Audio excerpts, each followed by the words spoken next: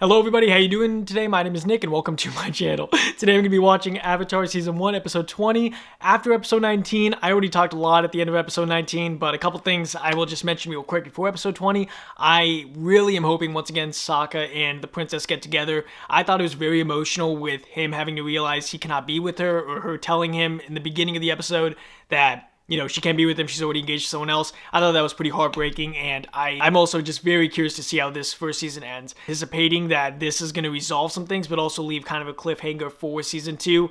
I'm assuming that Aang's going to escape or kill the Fire Nation, and I think Zuko's going to live. I'm pretty sure Zuko and Uncle Iroh are definitely going to live, but I'm pretty sure that the Fire Nation is going to be destroyed. I just really do not know how, and that's what's kind of great is, even though I know in the back of my head, Water Tribe and Katara and Sokka, the good guys are probably going to win, it is very, it actually makes me feel like maybe the Fire Nation might win at some parts. They set it up pretty damn amazing, in my opinion, where you don't really know who's going to win, but you have the feeling that the good guys are going to win. But I actually don't know. Maybe this show will be like Game of Thrones and, anybody can die. I have no clue, but I'm so excited to hop into this finale. Before I do, if you guys do want to see the full-length reaction to this episode or any other episodes, or even early access to my videos, you guys can check out my Patreon. First link in the description bar down below. And let's just hop into it. Avatar Season 1, Episode 20.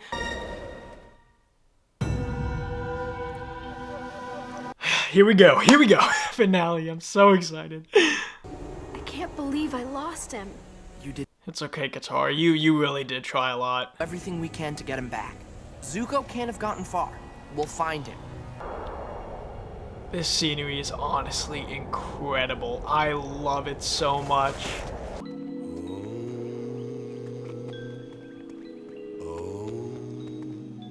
Hello? I'm sorry to disturb you. I just Who is really he? need to find the moon and the ocean spirits. Go away. You're still here.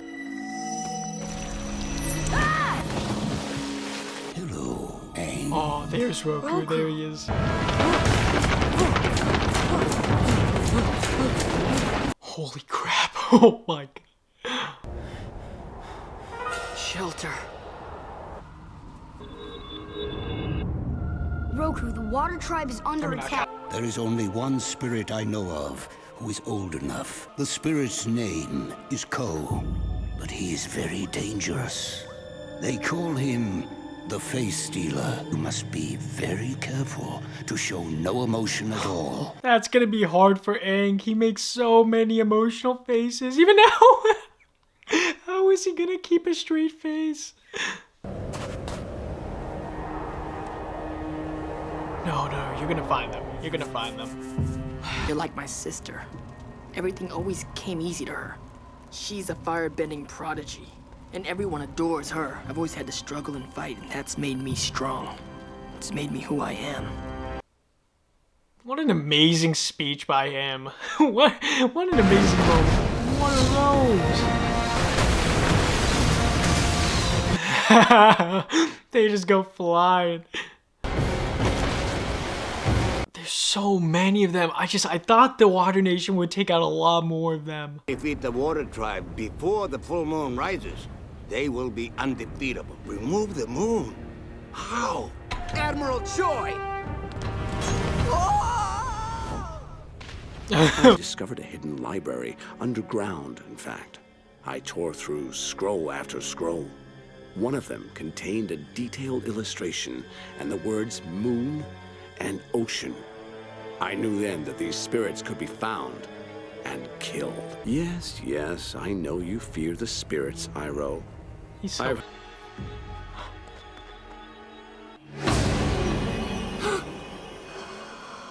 Yep, no emotion.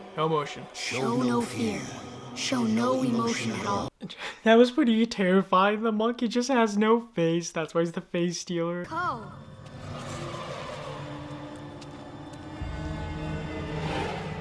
Crap, do not tell me that there's gonna be some big bugs. Welcome. One of your previous incarnations tried to slay me. Oh, it was something about stealing the face of someone you loved.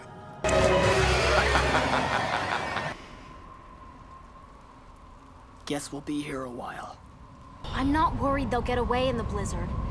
I'm worried that they won't. Gives up. They'll survive, and we'll find them. It's been a long time. This scene is honestly the most creepy scene I've ever seen in the show. Oh my. His face just keeps changing. And his whole creature design is like a huge ass centipede. Please, help me find them. An entire culture could be destroyed if I don't get their help. Someone is going to kill them. How is it? He is doing such a great job of showing no emotion. Yin and yang. Yep, yep. The koi fish! No! Okay, okay, good, good, good. Holy. Hey, bye!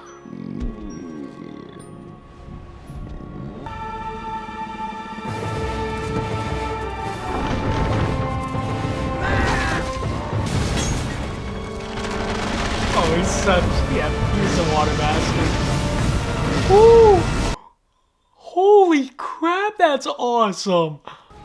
But how do I get back?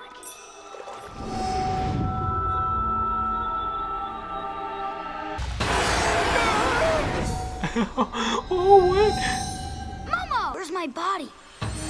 Look! That's gotta be A! Yep, yep! Yes, yes. Now they're gonna find him and help him, yes.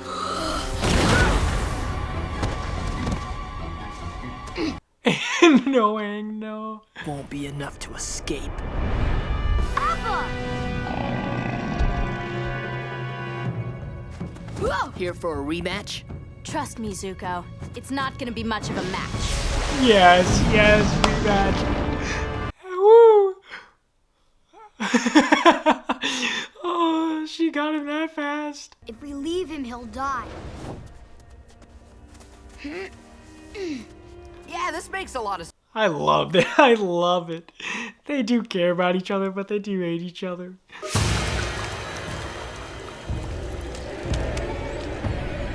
That is so just mind-blowing. To literally just take away the moon. This is mind-blowing. Holy crap, that's beautiful, but that's so... I feel so bad keep saying it's beautiful, but like it's such a shitty situation. Most babies cry when they're born. But I was born as if I were asleep. That night, beneath the full moon, he brought me to the oasis and placed me in the pond. My dark hair turned white. I opened my eyes and began to cry. And they knew I would live. That's why my mother named me Yue, for the moon. The Fire Nation will for generations tell stories about the great Zhao who darkened the moon. No, they're gonna they're gonna get it back in.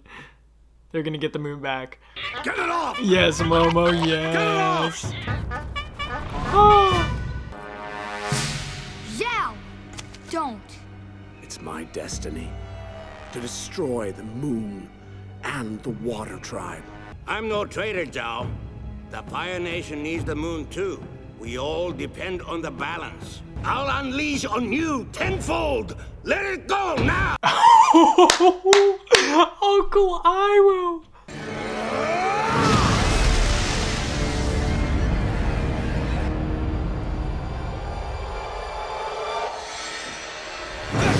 No. No. There's no way. There's no hope now. It's over. Yes, and yes, you have a plan. Come on, come on. What? How?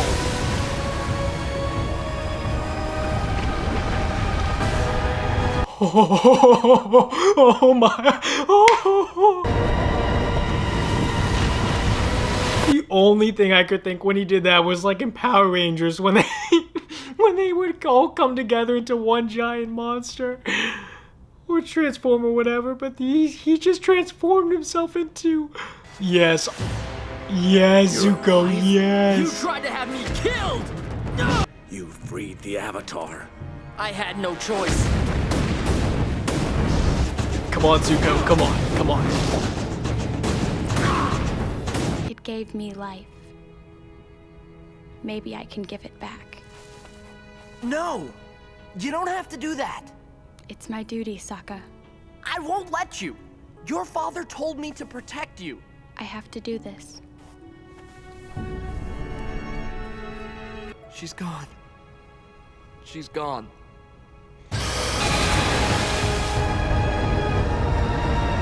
At least Aang's just showing everybody the fish. I love it. He's just the bigger version of the fish. And that's how he kills all the ships. She really... that's terrible. Goodbye, Sokka. I'll always be with you. I can't believe that she sacrificed herself, and that it makes sense. I'm just like, really never thought she'd actually just die that fast. Yes, good, yes.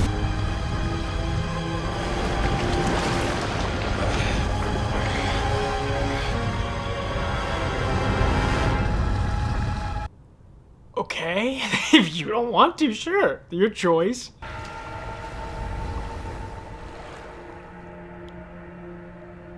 It's time we helped rebuild our sister tribe. What about Aang? He still needs to learn waterbending. Well, then he better get used to calling you Master Katara. Oh, yeah, she's the master. The moon spirit. Because she was the moon spirit. I knew this day would come. You must be proud. I'm tired. Then you should rest. A man needs his rest. You too, Momo. Come here. Oh no. Iroh is a traitor. I mean, Zuko's sister. Oh my god. So she's gonna be the main. It's gonna be Zuko and his sister versus each other in season 2, probably. Oh. Okay, guys. End of the season finale of Avatar. I loved this episode. 18, 19, and 20 to me, honestly, were pretty much perfection.